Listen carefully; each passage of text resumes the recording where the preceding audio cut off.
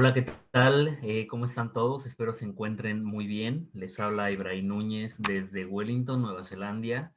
Los saludamos con mucho gusto. Gracias por escucharnos nuevamente en este nuevo episodio de Voy Derecho y No Me Quito. Es el tercero, si no me equivoco. Corríjanme, chicos.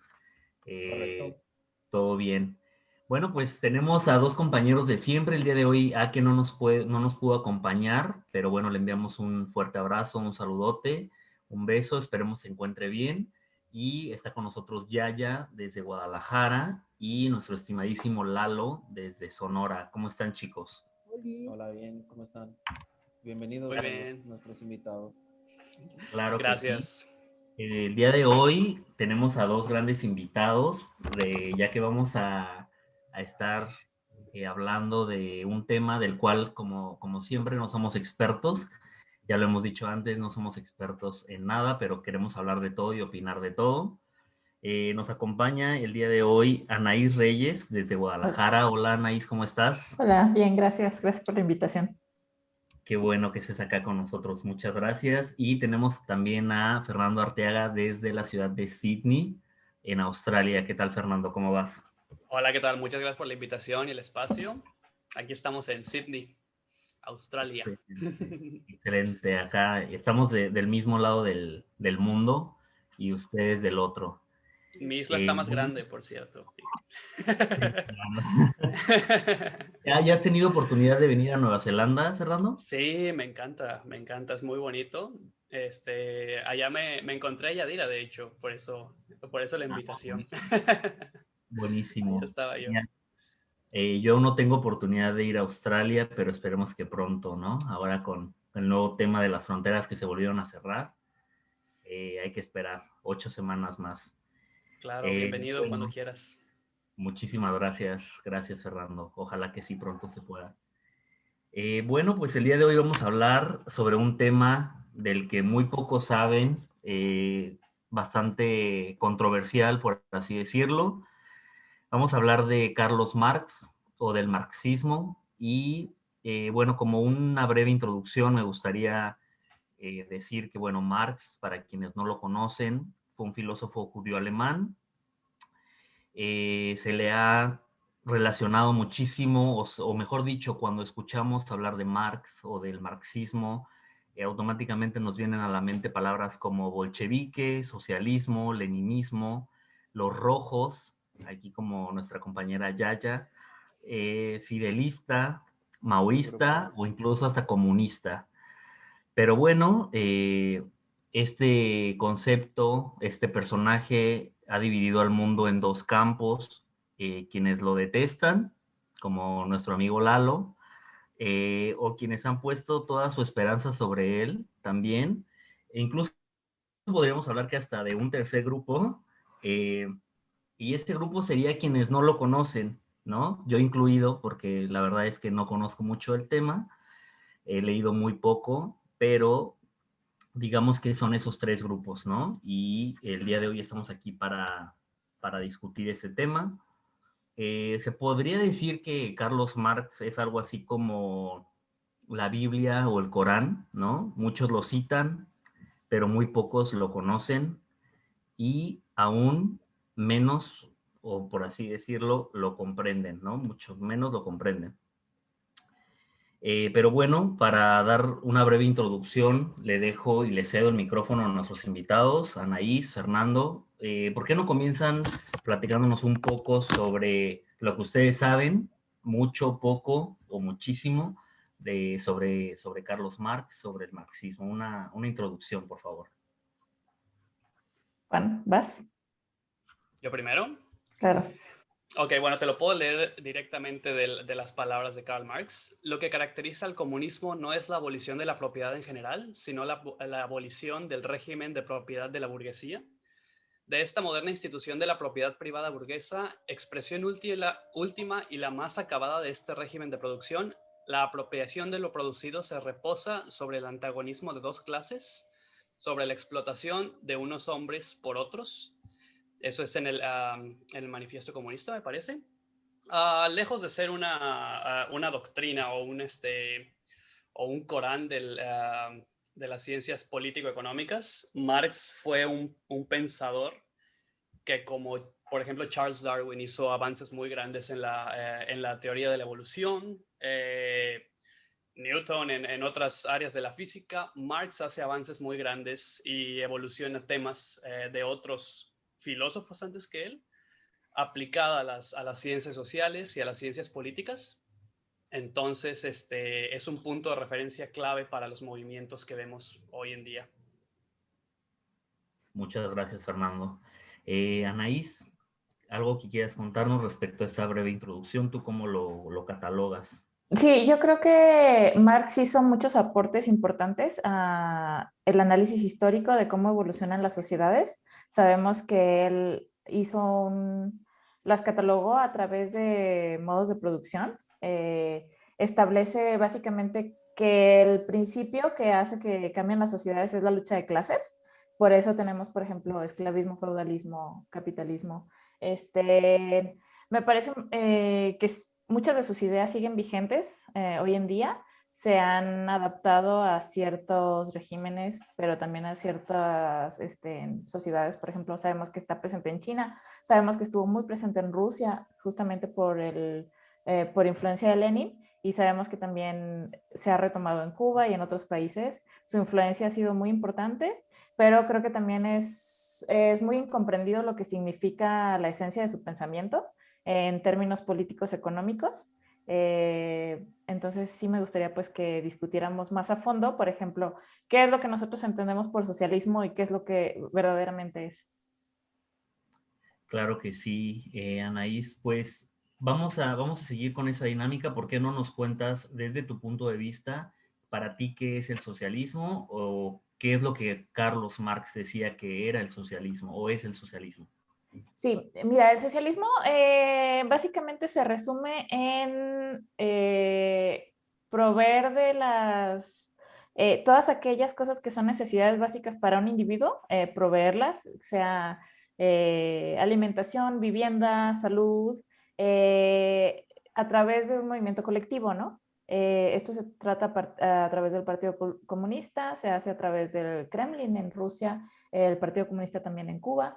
Creo que ahorita una de las cosas que resuenan más en los países que no son socialistas ni comunistas, bueno, ningún país es comunista, pero los socialistas, es que siempre hay una dictadura, ¿no? Y hay mucho como esta dicotomía entre lo que es el socialismo y la libertad.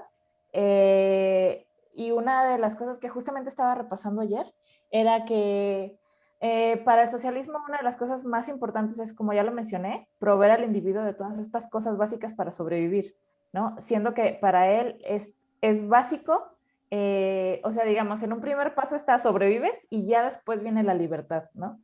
Y muchos de las sociedades capitalistas hoy en día se van directamente a la libertad, no importa si el individuo muere de hambre, vive en condiciones precarias, hay una desigualdad enorme. Entonces, es una idea que sí quisiera que quedara muy clara.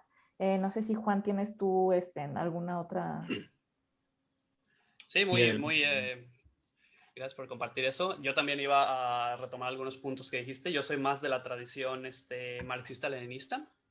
Entonces, como decía Anaís, o sea, el capitalismo no se enfoca tanto en la libertad de las necesidades básicas. Sin necesidades básicas no hay libertad, para empezar. La tradición marxista-leninista analiza el punto de vista histórico y entendemos como socialismo una transición histórica desde capitalismo hacia el comunismo. Lo que hay en medio, el camino, es el socialismo. Y aquí es hasta donde hemos llegado en la historia de la humanidad. El Partido Comunista Chino cumplió 100 años hace 2 semanas, algo así. sí. Entonces, Lenin analiza la creación del Estado desde el punto de vista en que la creación de un Estado es un punto de maduración entre dos sociedades. La existencia de un Estado se justifica a sí misma, o sea, el Estado funciona sirve como regulador entre estas dos clases, el proletariado y la burguesía. Entonces, el Estado regula, el Estado El Estado trata de aliviar estas contradicciones, pero en algún punto las contradicciones entre estas dos partes son irreconciliables. Entonces el Estado pasa de ser un mediador a una herramienta de opresión de una clase hacia otra. Entonces ahí vemos lo que estamos viviendo hoy en día en el mundo capitalista. El Estado es simplemente una herramienta de opresión y tiene toda una maquinaria muy compleja alrededor. La tradición leninista busca hacerse de ese Estado primero, o sea, que el Estado todavía sirva para oprimir una clase social específica que es la burguesía, y de ahí pasar a lo que tradicionalmente se llama como el proletariado, la dictadura del proletariado le llaman. Correcto. Y bueno, ya una vez que dieron esta breve introducción y sobre lo que ustedes consideran, lo que han leído, lo que saben, al día de hoy, ¿cómo lo pueden traducir a la actualidad? ¿Realmente podemos ver algún estado, alguna nación que ya tenga aplicado el socialismo como Marx lo decía? O mejor dicho, ¿no se ha intentado ya y ha fracasado el socialismo? Si quieren, comenzamos con Anaís. Sí, se ha intentado. Yo lo primero lo que quiero partir es que tampoco considero que el capitalismo haya sido exitoso. Sí, depende también cuáles sean los objetivos, ¿no? Si el objetivo es que se acumule riqueza, que haya cierto tipo de progreso, bueno, sí ha sido exitoso, pero, o sea, vemos también las condiciones de pauperización de un sector importante de la población mundial, ¿no?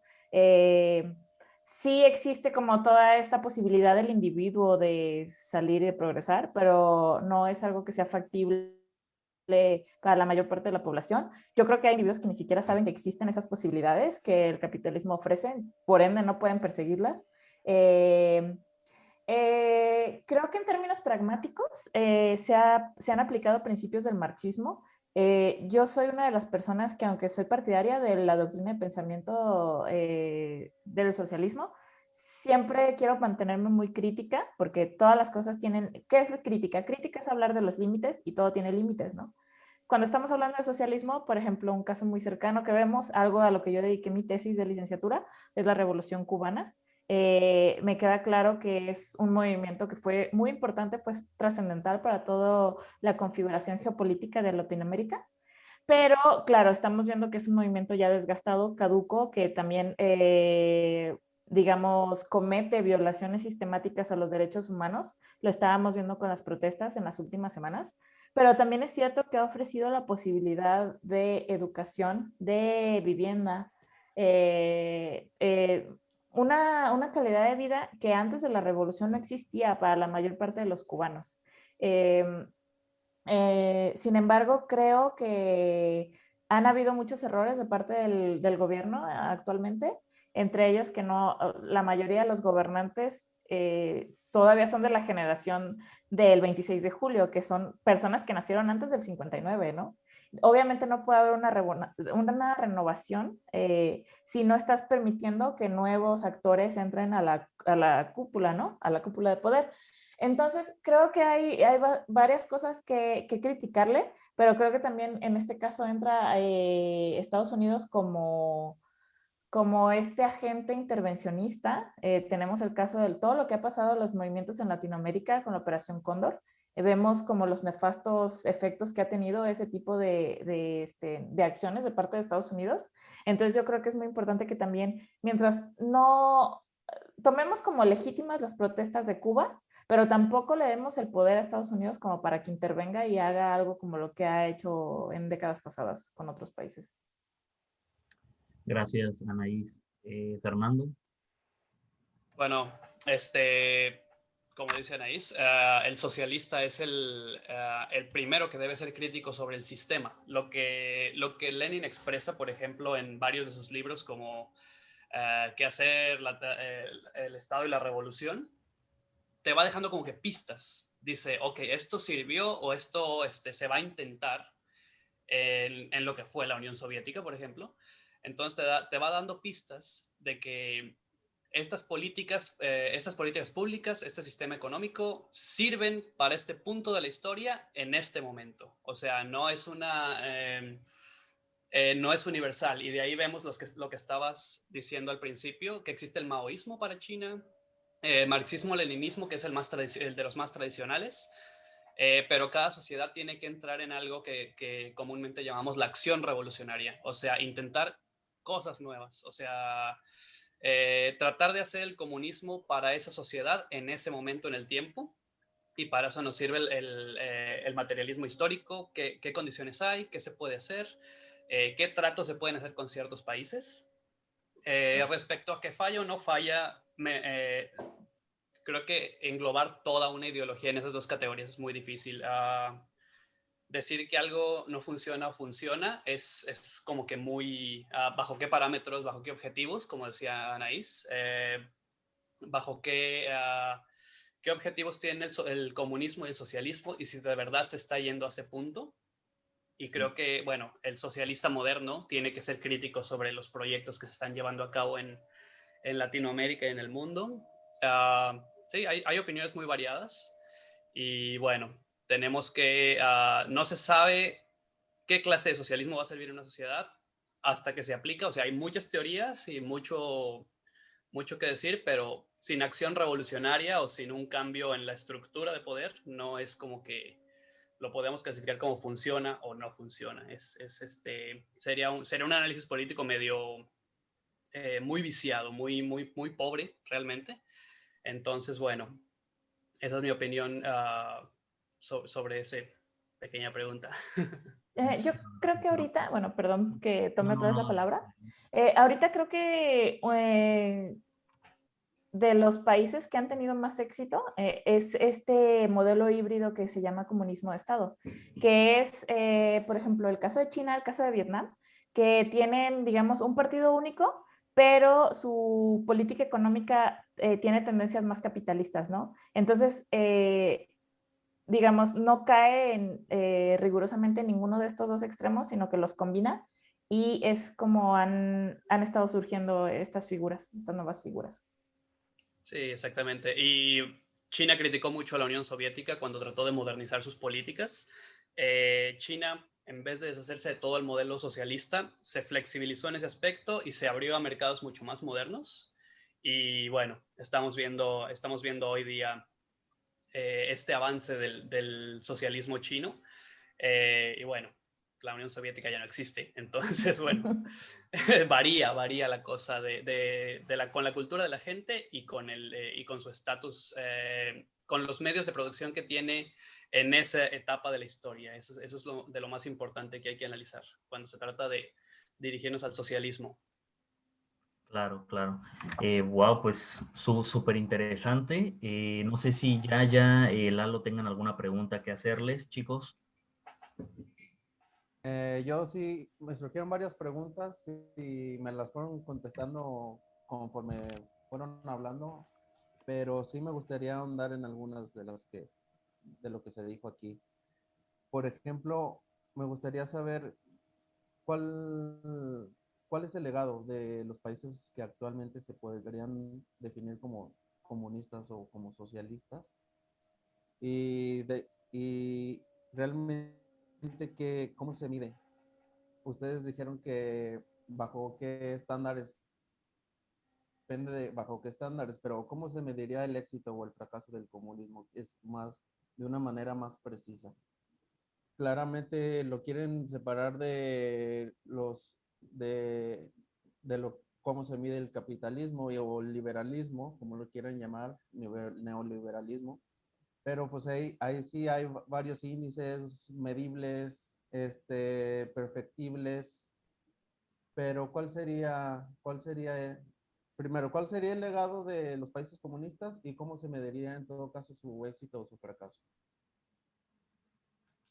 Creo que Fernando estábamos hablando hace un tiempo de que muchos de la problemática que los capitalistas culpan al comunista o al socialista de no solucionar, realmente son problemáticas que surgieron en el capitalismo, ¿no? Creo que tú lo puedes explicar un poco mejor. No recuerdo muy bien cómo era. Bueno, o sea, muchas de las problemáticas modernas vienen de cómo el proletariado se relaciona con los medios de producción. Esto quiere decir básicamente cuánto te pagan, ¿no? O sea, las diferencias sociales, la diferencia entre burguesía y proletariado, eso desencadena muchos problemas en la sociedad, y es pobreza, pobreza, malnutrición, que la gente no lea bien, por ejemplo, muchas problemáticas que realmente el capitalista no ve como un problema, sino que el capitalista, en el entorno capitalista, la pobreza es muy necesaria para que el sistema funcione.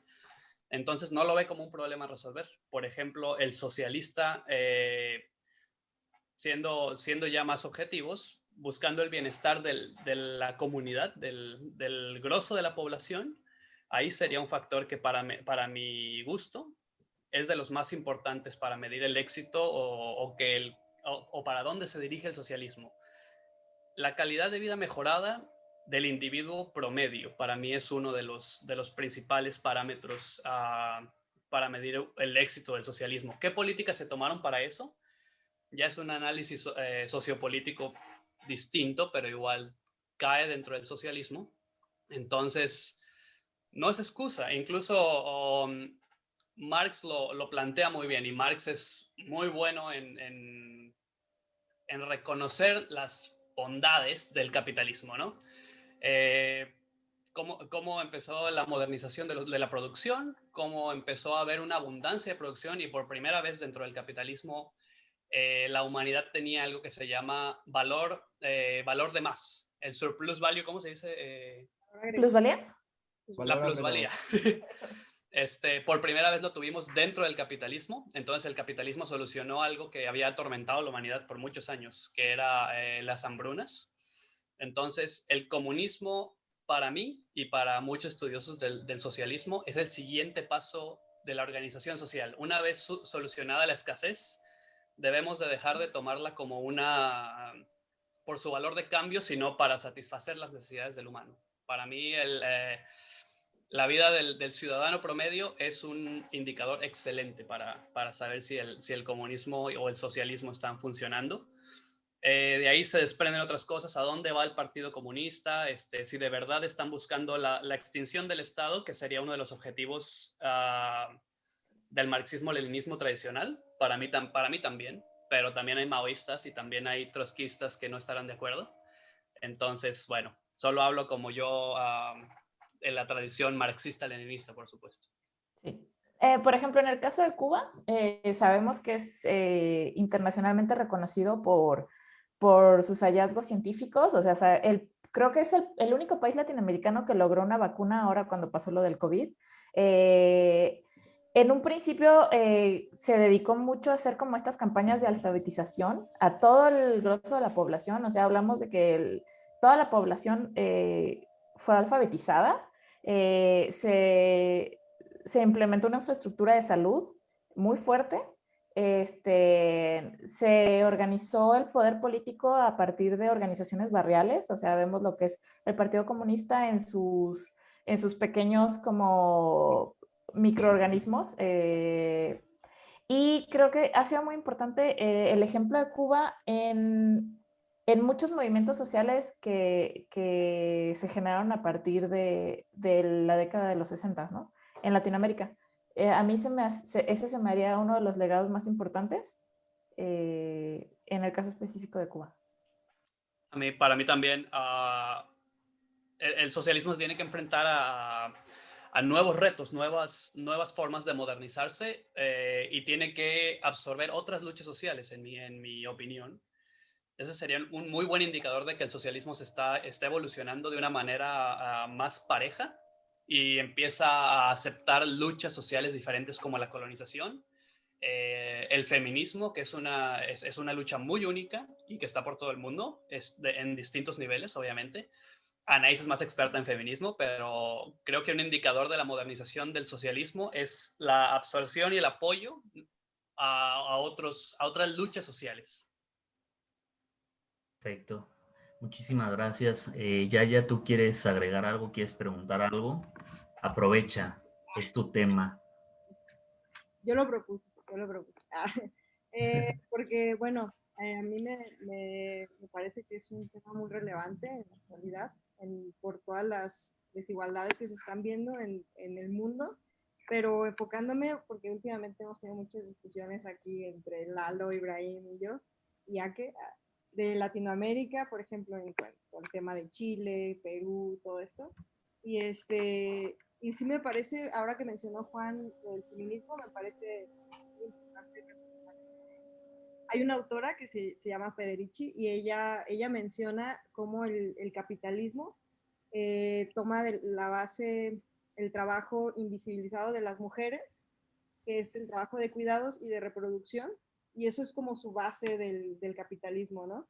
Entonces, me parece una parte importante para resaltar, que además el capitalismo nació a partir del colonialismo, que no podemos, o sea, no hay forma de explicar el desarrollo en los países del hemisferio norte sin mencionar el colonialismo, ¿no? En la época de la colonia, el 60% del oro en España, bueno, en el mundo, era de Colombia. Entonces, ahora es uno de los problemas, o sea, ¿cómo te explicas que países tan ricos y ahora América Latina es una de las regiones junto con África que son incapaces de aportar derechos básicos a las personas? Sí, de hecho sería un poco, siguiendo este esquema de pensamiento, no sé si recuerdan ese momento en el que Hugo Chávez le regala a Obama un libro y este libro era Las venas abiertas de América Latina. Este libro habla, clásico, es como, es un recuento histórico de cómo América Latina ha llegado a convertirse en el actor político que es, ¿no? Es un actor político con muchísimos recursos naturales, pero que ha sido explotado por otros países, desde la tradición minera, la caña, etcétera, etcétera. Entonces, sí es muy importante como tener en cuenta lo que dice Yadira, respecto a cómo surgen de distintos planos surgen distintos modelos de opresión. Y es donde las luchas sociales actualmente, por ejemplo, con Angela Davis o con Federici, intentan encontrar una interconexión en estos sistemas que oprimen al individuo. Correcto. Yo tengo una pregunta para ustedes, chicos. ¿La democracia está peleada con el socialismo? ¿Quieres iniciar, Anaís? Tú también. Yo mero, ok. Bueno, en el libro de Lenin, trata mucho ese tema de la democracia y es muy polémico, es como que muy, la verdad es muy, muy, muy discutido entre los socialistas, pero desde un punto de vista marxista-leninista podríamos tratar de desmenuzar, o sea, tratar de explicar cómo funciona el sistema de sufragio. Lenin definía el sistema de sufragio, que es el voto, como el sistema en el que los oprimidos elegían cada 6 años quién los iba a oprimir. O sea, quién iba a controlar quién iba a ser el representante de esa máquina del Estado que sirve para suprimir otras clases sociales. Bien. Entonces, Lenin no veía totalmente negativo el sistema de sufragio, pero no como un método revolucionario efectivo. Entonces, lo vemos ahí, pero decía que en una sociedad donde ya existía el sufragio, el potencial para la acción revolucionaria era mucho mayor que en lugares, por ejemplo, con esclavitud, como fue Estados Unidos, por ejemplo, con otros sistemas políticos como de la tiranía o del zarismo, por ejemplo, que lo vivió también el territorio ruso. Entonces, la democracia no está peleada con el socialismo, pero el socialismo trata de no limitar la participación política de la gente al sistema del voto, porque eso pasa mucho en México, por ejemplo. Lamentablemente, nuestra participación política se ve súper limitada a ir a votar cada 6 años o cada no sé cuántos años y ya. Entonces, bueno, el sistema de voto no está peleado, pero no tiene que ser la única base para que el proletariado participe en el sistema político. Por ejemplo, creo que Cuba reescribió su constitución en el 2008 o 2018, creo.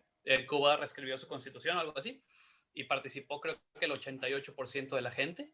Entonces, no sirve de nada un sistema de votación si no vas a votar a dónde va el capital o a dónde está dirigido el capital. Eso está planeado entre las cúpulas del poder. Entonces hay que separar voto para qué y para hacer cuál ley en contra de quién o a favor de quién. Claro. Además, creo que es un problema, ¿no? Que en México y en América Latina en general, las elecciones están como muy, no sé cómo decirlo, como, bueno, ¿cómo se dice cuando pagan? ¿Cuándo qué? Esponsoreadas por, ¿cómo se dice en español? Patrocinadas. Financiadas, patrocinadas por empresarios. O sea, los políticos cuando reciben votos de empresarios ya no se deben al colectivo, se deben al empresario, ¿no? Entonces dejan de, o sea, no sé qué tan democrático es eso en realidad. Sí, Claro. claro. Mi opinión no es una democracia. Sí, Sí. no.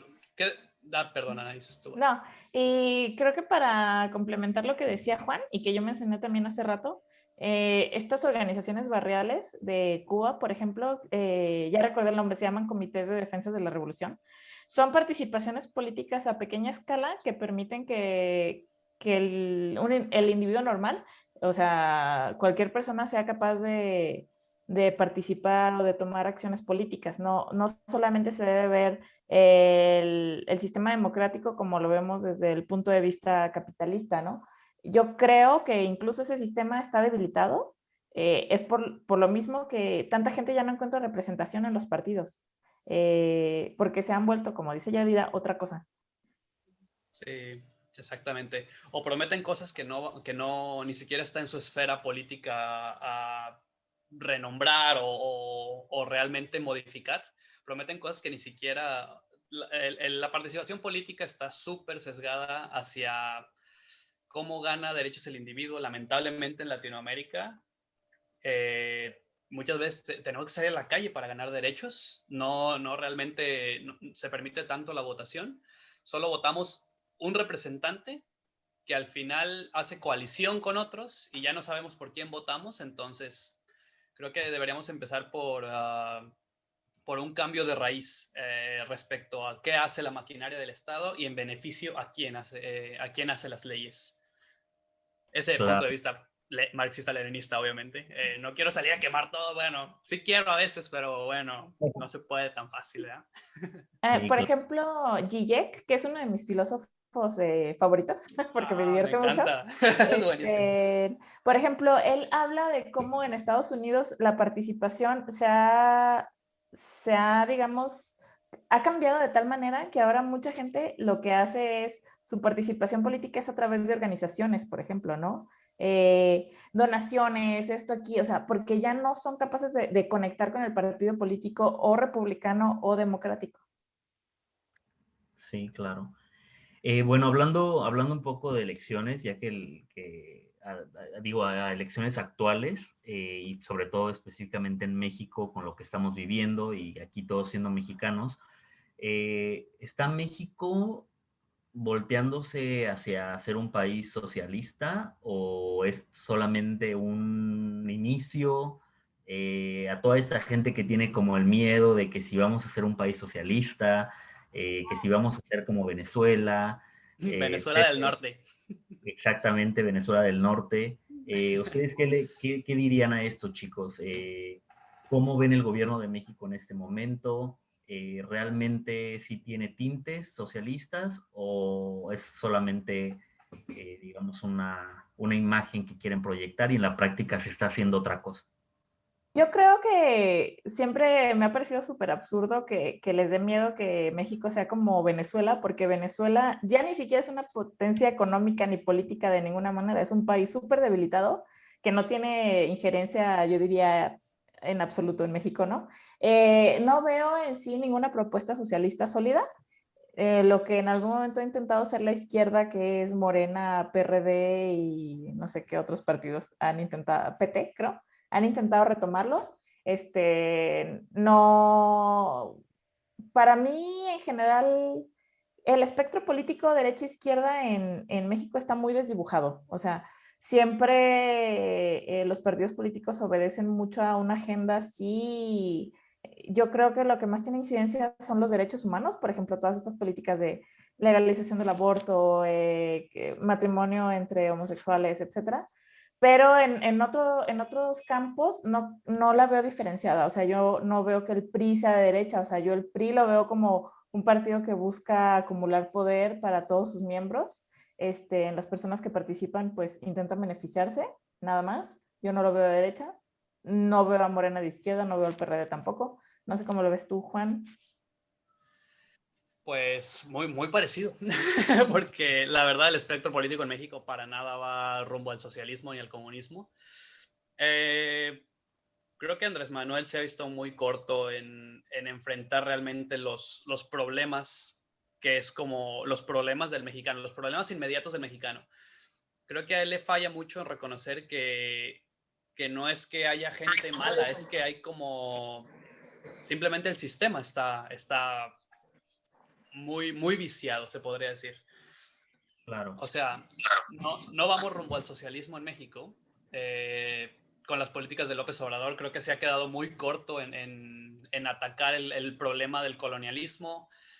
Al menos ha reconocido que hay una esfera del poder que influencia muchas cosas en México. Ok, eso se lo damos, ¿cómo no?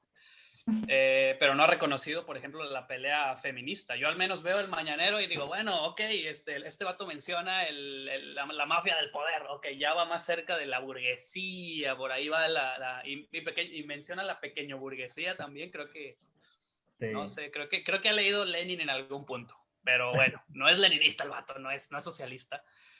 Yo al menos veo la mañanera y digo, bueno, al menos reconoce los problemas del trabajador mexicano, que es un paso, supongo, pero ni siquiera reconoce la lucha feminista. Sale y dice que, bueno, Sí. es política ficción, es un invento de mis adversarios y digo, Claro. eso no es para nada ni siquiera acercarse a la solución de los problemas del mexicano. Reparte dinero a veces, o sea, ¿a quién no le gusta el dinero, no? Entonces, como que trata de resolver problemas, está tratando de eliminar una serie de síntomas de problemas del mexicano, pero no ataca la enfermedad, que es el colonialismo y el machismo y Neoliberalismo. el neoliberalismo y las capas de opresión que sufren distintas sectores de la población. Entonces, creo que se ha visto muy corto. No, en corto no vamos hacia el socialismo ni estamos tan cerca como mucha gente piensa. Entonces, bueno. Sí, su relación con el feminismo ha sido una de las grandes decepciones. Una cosa que sí le reconozco también es que ha puesto a los pobres como, les ha puesto el foco, ¿no? O sea, está reconociendo que existen pobres y para ellos está intentando, aparentemente creo, orientar sus políticas de una manera muy absurda, no exitosa para nada. Entonces, creo que solamente en el hecho de reconocerlos ha hecho bien, pero en todo lo demás yo no le veo nada de tintes de política de izquierda. Perfecto. Correcto. Wow, pues qué interesante, chicos. La verdad que hemos aprendido mucho el día de hoy.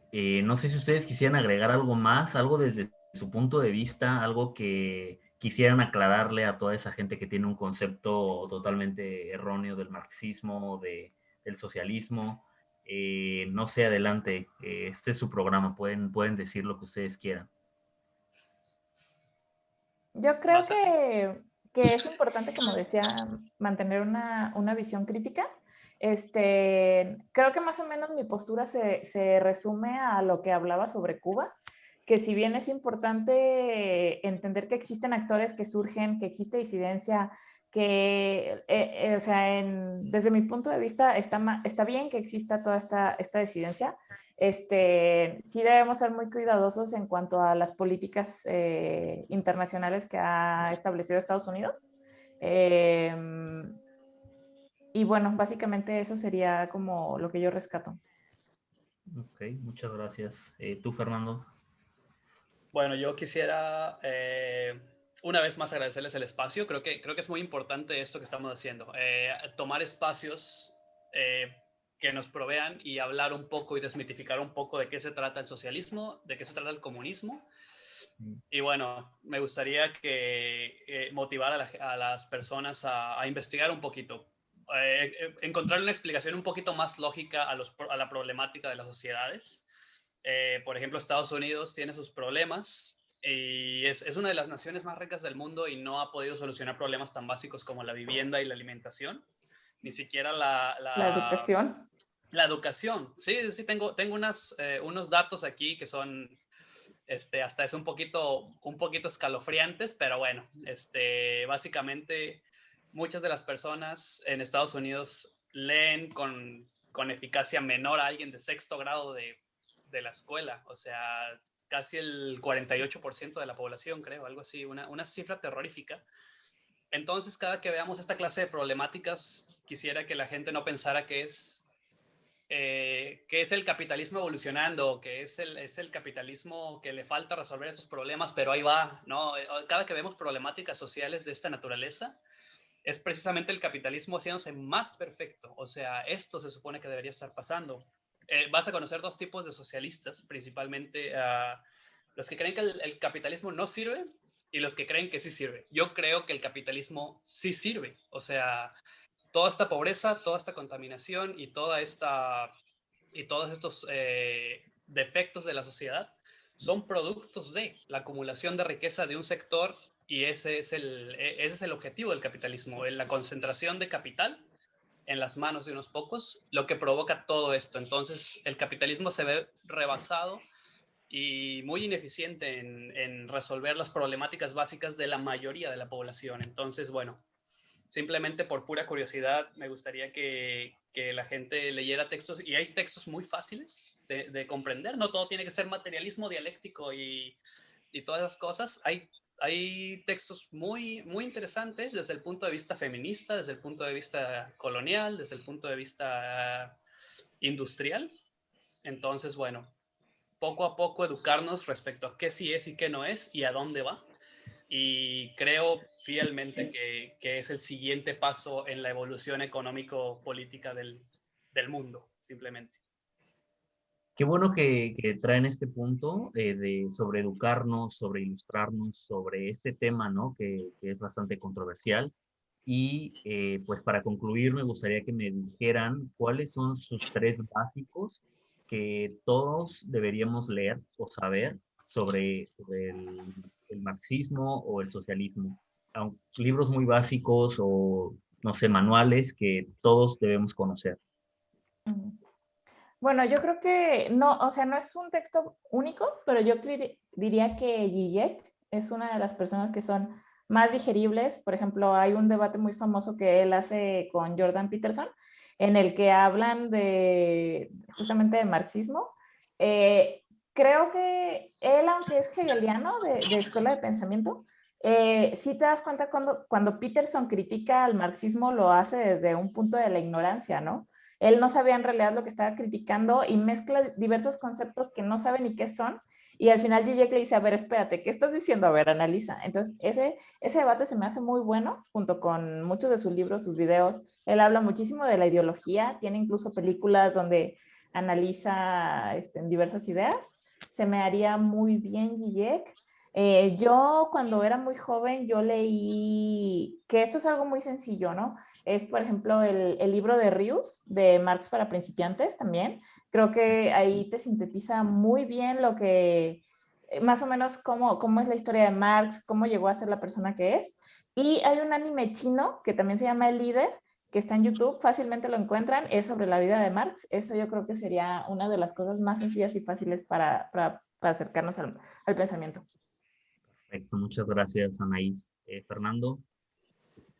Para mí, iniciarte en el pensamiento marxista tiene que ver mucho con tu contexto social. Por ejemplo, yo soy trabajador del acero, entonces para mí la sociedad tiene ciertos puntos que necesitan obviamente mejorar, pero no están mejorando por alguna razón. Entonces, ese fue mi contexto. Pero si tú Claro. estás en un contexto, por ejemplo, femenino, acércate a un grupo feminista. O si estás en un contexto de trabajador explotado, acércate a la historia de cómo los trabajadores de tu sector hicieron huelgas y hicieron la lucha social y de ahí van saliendo ideas. Creo que todo empieza con ideas. Entonces, yo cometí, bueno, ahorita digo el error, pero tal vez no fue tan un error, de empezar por Das Kapital de Karl Marx, que es muy complicado y lo leí como en meses, así como que, bueno, un pedacito hoy, un pedacito hoy. Y la verdad, son temas muy complicados.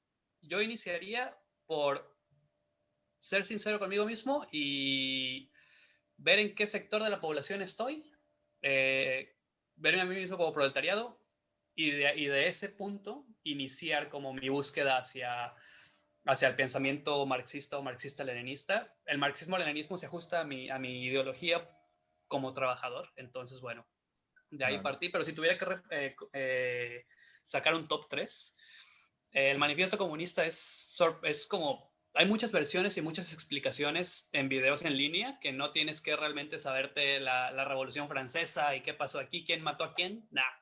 O sea, empieza por ver unos videos, trata de leer el manifiesto comunista, eso te da una base muy sólida. De ahí me gustó mucho un libro que tiene un punto de vista también, como hombres podemos aprender mucho de feminismo, se llama Propaganda Total, es de una autora australiana que se llama Russell. Entonces ella habla un poquito como del socialismo y la lucha de clases de una manera súper fácil, súper chistosa, eso me gustó bastante. Y otro sería videos didácticos o un podcast muy bueno que se llama La Amenaza Roja. También está bastante interesante, bastante sencillo de entender. Creo que lo primordial es empezar con tu contexto histórico y con tu nivel de interés, como que ir subiéndole el nivel. No empieces tan difícil, no es necesario. Hay muchos recursos en línea, ya no estamos en el 1895 para agarrar el pergamino. No, ve videos primero, poco a poco. Claro que sí. Bueno, pues ya escucharon, ¿no? A quienes nos ven, nos escuchan, ahí están los tips de Anaís, de Fernando. Y bueno, es sin duda un tema del que podríamos estar hablando horas y horas y no terminaríamos. Les agradezco mucho, les agradecemos muchísimo su tiempo. Es muy, muy valioso para nosotros y pues me quedé yo con ganas de seguir escuchándolos, de seguir debatiendo, a lo mejor en un futuro, si es posible que nos puedan regalar otra vez su tiempo, ¿no? Para poder venir acá y hablarnos de lo que, pues ya vimos que sí saben, lo conocen. Y pues nada, chicos, un abrazo hasta donde quiera que estén. Gracias. Por ahí nuestro compañero Lalo tuvo unos problemas técnicos, pero bueno, ya lo pondremos al tanto de lo que pasó. Aquí estoy, ¿eh? ¿Qué tal, Lalo? Ahí está. Bueno, pues muchísimas gracias, chicos. Les mando un fuerte abrazo en donde quiera que estén. Ya, muchas gracias, Lalo. Nos seguimos viendo. Gracias a quienes nos escucharon el día de hoy. Bye. Suerte, chicos. Hasta luego.